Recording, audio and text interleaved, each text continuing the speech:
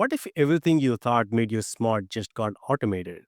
We are living in a moment where machines can write better than college students, solve problems faster than engineers, and even pass medical exams. And suddenly we are left wondering, wait, does that mean AI is smarter than us?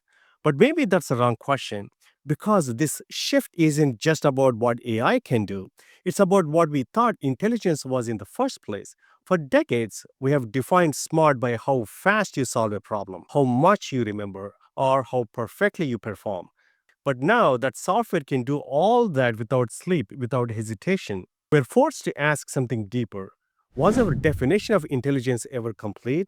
In this episode, we are going to break that open, not with theory, not with hype, but with a real grounded look at how AI is exposing the blind spots in how we think about being smart and why that might be the best thing that's ever happened to us.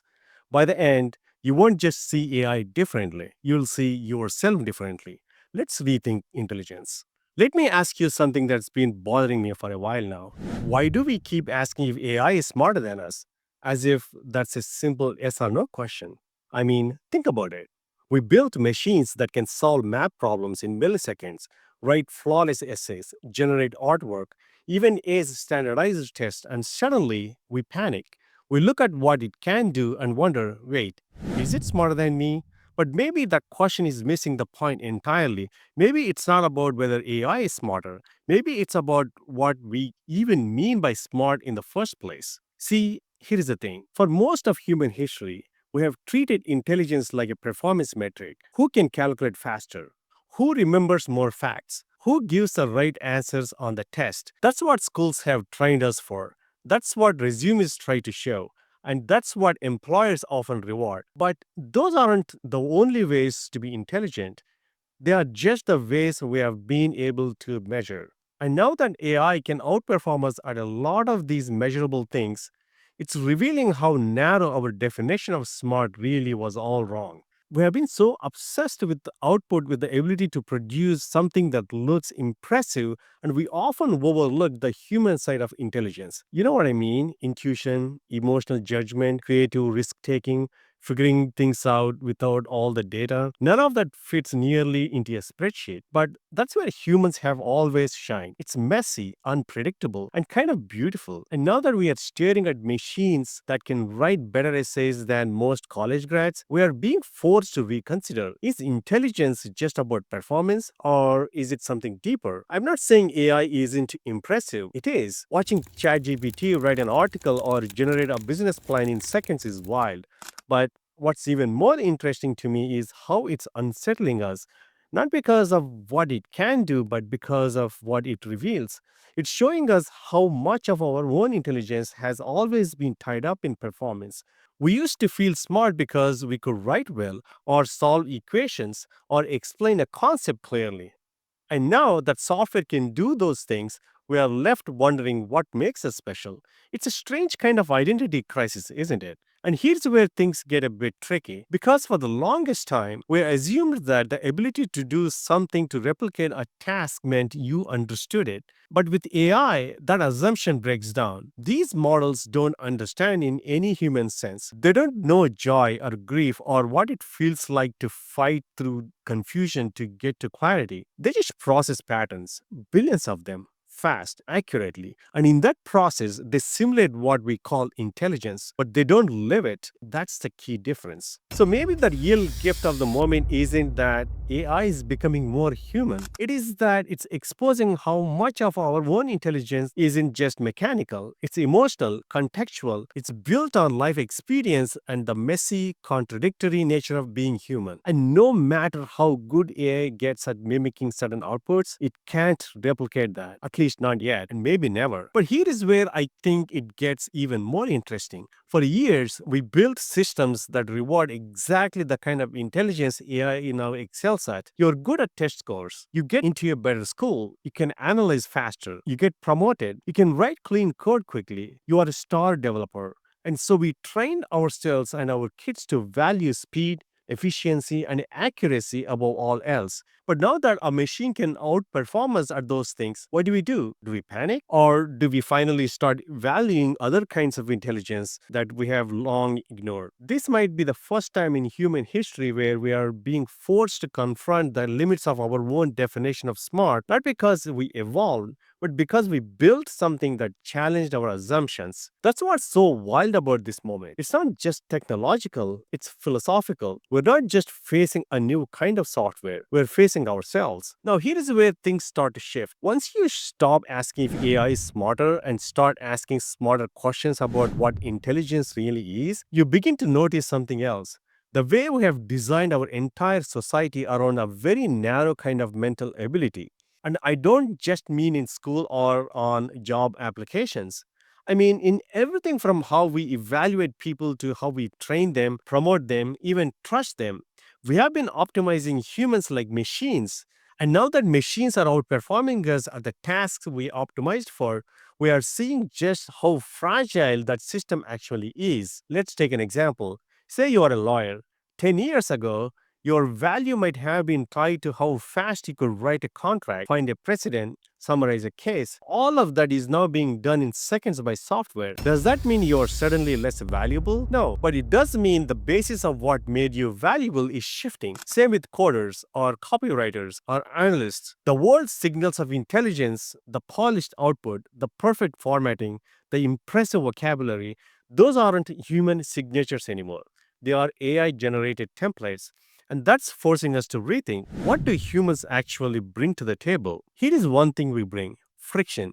Weird, right? But stick with me. Human thought is full of friction. We second guess ourselves. We hesitate. We change our minds. We argue. That process, as annoying as it can feel, often leads to better decisions, deeper insights, more creative solutions. AI doesn't hesitate. It doesn't doubt itself. And that's exactly why its answers, while smooth and fast, can often feel shallow. You don't see the struggle. You don't see the reflection. You just get a perfect sounding sentence. But in real life, the messy process is often where the wisdom lives. Another thing humans do that AI doesn't: we connect things that don't logically go together, yet somehow feel right. We make lateral leaps. We draw metaphors from a song to explain a business strategy. We tell stories that mix fact and feeling, memory and meaning. These connections aren't logical in a machine sense, but they are powerful. They move people, they build trust, they spark emotion, and that's something no language model, no matter how well trained, can authentically do because it doesn't feel anything. It's not drawing from lived experience, it's drawing from probability. And speaking of feeling, let's talk about emotional intelligence for a second. We have often treated EQ like a soft skill, a nice to have, something you may learn at a leadership retreat. But now, in a world where AI can write a press release better than humans, being able to sense a room, to understand unspoken dynamics, to navigate conflict, to build rapport, all of that becomes not just nice to have, but essential. The more machines handle the logic, the more we will need people who can handle the human. That's not some abstract future idea. That's now. But this shift brings a challenge too, because it means we need to value things we have historically overlooked, like patience, ambiguity, moral judgment. How do you evaluate someone's ability to make a wise decision under pressure if there is no immediate output to measure? How do you reward someone for not acting too fast, or for asking a hard question that slows things down? These aren't the things you can easily score or automate, but they are the things that keep systems and societies sane. And if we are not careful, we will lose sight of them in the race to automate everything. I think the biggest mistake we could make right now is to try and compete with AI on its terms, to become faster, more optimized, more robotic, just to keep up. That's not the way forward. The way forward is to double down on what makes us most human: the unpredictability, the empathy, the irrational insights that somehow lead to the right answer, the ability to say, I don't know, but let's figure it out together. Because AI won't say that. It'll just keep producing answers confident, polished, and possibly wrong. So maybe this isn't the end of human intelligence at all. Maybe it is the beginning of a deeper kind, one that isn't obsessed with looking smart but with being wise, one that's less about showing off what you know and more about knowing when to pause. when to ask questions, when to admit you are still learning.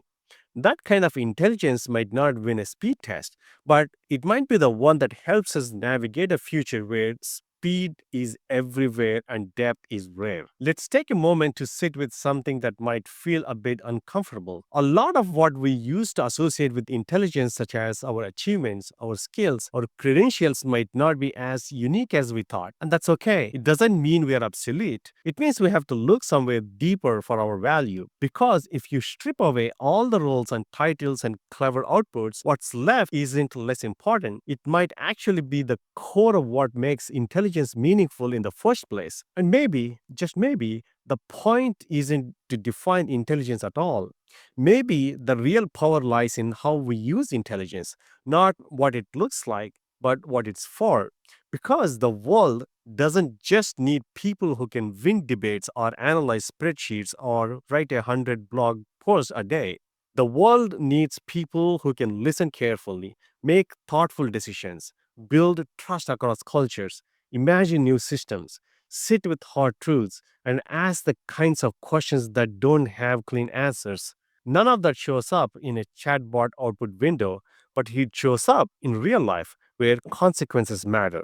We have spent so long treating intelligence like a competition: who is ahead, who is behind, who is obsolete. But maybe intelligence isn't a race.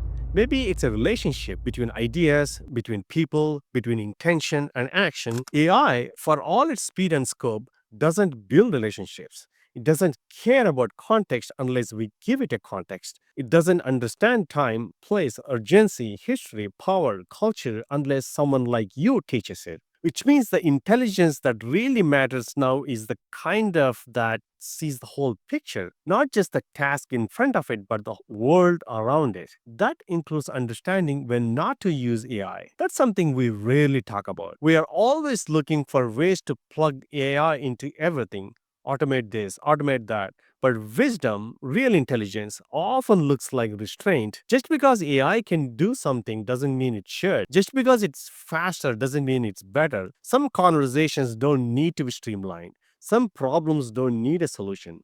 They need attention.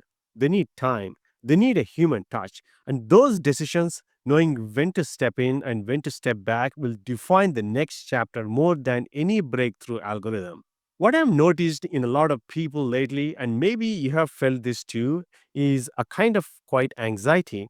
Like we're watching this massive shift unfold and we're not quite sure where we fit in anymore. But here is what's worth remembering: we have been here before. Not in this exact way, of course, but humans have always had to adapt to new definitions of value. We've had to move from muscle to machine, from manual to digital, from analog to algorithm. And every time we have found new ways to bring meaning to the work we do, not by replicating what the machines do, but by evolving beyond it. This might be one of those moments, a chance to stop measuring ourselves against what machines can do and start asking what only humans should do. Maybe it's not about competing with AI at all. Maybe it's about collaborating with it while holding on tightly to the parts of ourselves that machines can touch: curiosity, empathy, imagination, the ability to hold two conflicting ideas in our heads at once and still move forward with compassion, the ability to care about things that don't have a profit function or a productivity score. So let's not shrink ourselves to fit a machine's definition of intelligence. Let's expand the definition until it includes everything that makes us whole. Let's ask different questions. Let's build different goals.